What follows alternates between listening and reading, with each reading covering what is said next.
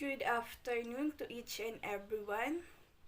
So I am the reporter for today and my topic is all about the philosophical foundation of curriculum for educational philosophies. Welcome to the philosophical foundations of curriculum.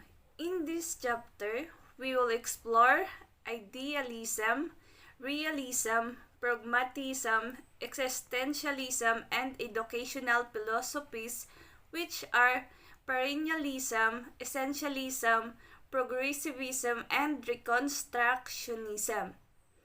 Many sources consider philosophy to be the study of basic ideas about knowledge, truth, right and wrong, and the nature of meaning of life, according to the Merriam-Webster Dictionary. So according to Locke, defines philosophy as a process of liberation from ignorance and prejudice.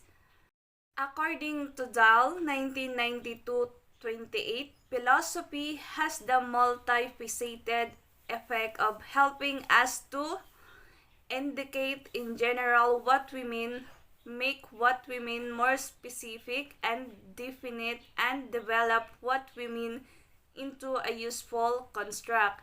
To start, there are two broad categories of philosophy: the traditional and modern philosophies.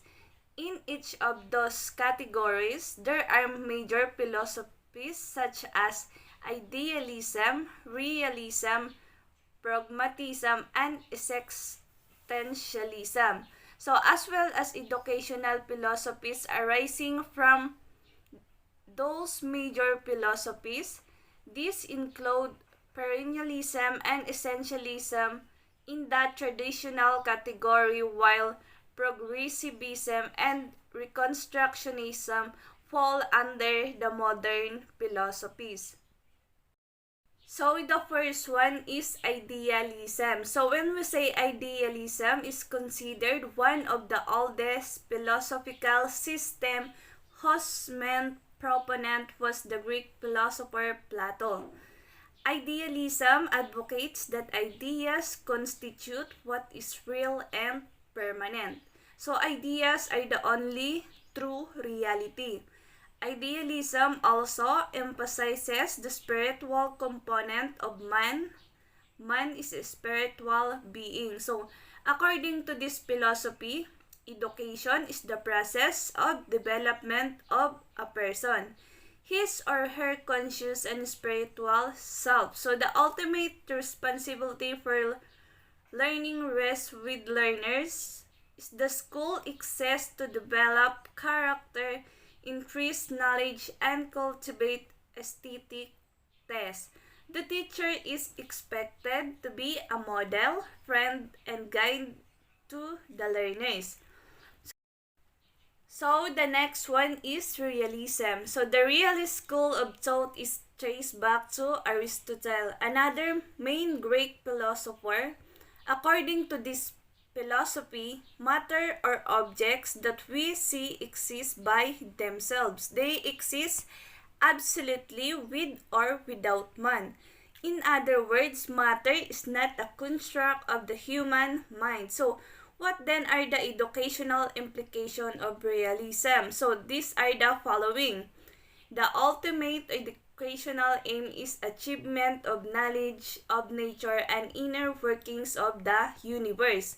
Education is essentially transmission of inherited culture from a generation to another.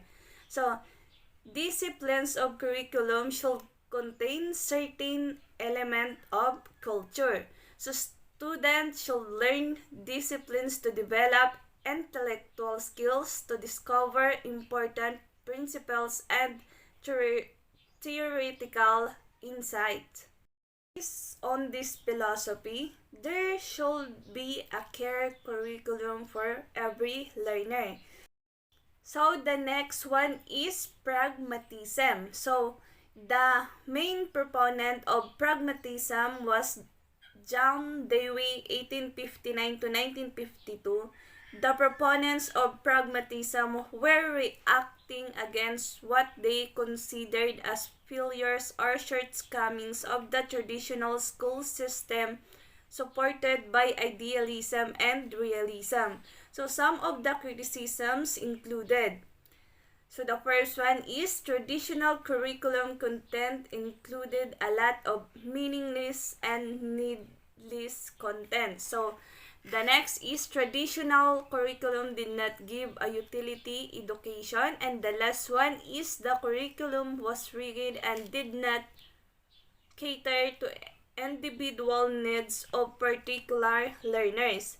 So, pragmatists therefore advocated for reality being considered as instrumental, used as an instrument to solve problems. So, philosophy is therefore built on practical usefulness like cash value of ideas. Hence, truth is that works what turns out all night. Truth also shall be the idea that has been tested, verified, and found effective in solving problems. So the next one is existentialism. So according to Polo 1981, existentialism is defined as the philosophy of existence. Sartre 1957 also states that man is nothing else but he makes of himself. So, a person is therefore free to choose the type of life to live and is in control of his or her destiny. So, an individual is thus free to make choices and be responsible for them. So, reality therefore is subjective. Values emphasized are those that the individual choices fairly according to his or her perception. So now we go on to educational philosophy. So based on the major philosophies so far discussed, certain educational philosophies were developed by various scholars. So let us examine some of them. So we begin by pointing out that there are two broad categories of educational philosophies, the traditional and the modern philosophies. So, the traditional educational philosophies include perennialism and essentialism, while modern educational philosophies include progressivism and reconstructionism. So, when we say perennialism draws from both idealism and realism. So the perennialists believe that the cement of education is the common nature of man. So with that focus, education should be the same for everyone. So education must therefore pursue perennial truths. These truths are absolute and universal. So the philosophy presupposes that there are permanent studies and knowledge that is available, particularly from the great books, which should be taught to all students. So, the stress is on significance of reason and intellectual development. So, curriculum is expected to contain important subjects taught in their customary separate from history as history, geography as geography, and civics as civics rather than combining them and naming them social studies, for example. So other subjects emphasize on include literature, philosophy, and theology because of the ability to sharpen the mind. So, the next one is essentialism. So, essentialism focuses on traditional subjects, reading, writing, and mathematics. So, this philosophy aims to instill students with the essentials of academic knowledge and character development. So, as with perennialism, essentialism is also on the major traditional philosophies of idealism and realism. So essentialist educational aims are to develop intellectual powers as well as educate competent persons. Schools should therefore not be sidetracked into catering to the personal problems and social needs of students. So cultural heritage needs should be considered for curriculum making.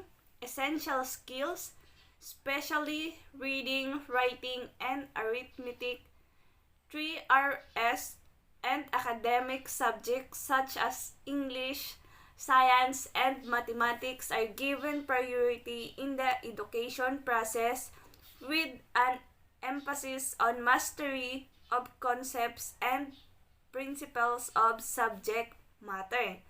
So that is all about essentialism. So the next one is progressivism.